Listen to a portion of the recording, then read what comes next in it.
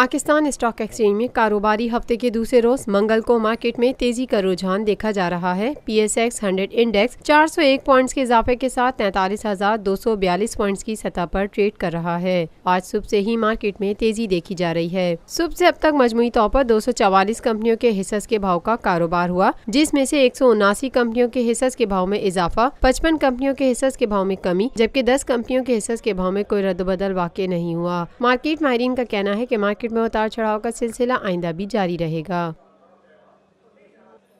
Lotus Lake Towers, a groundbreaking endeavor by Lotus Properties.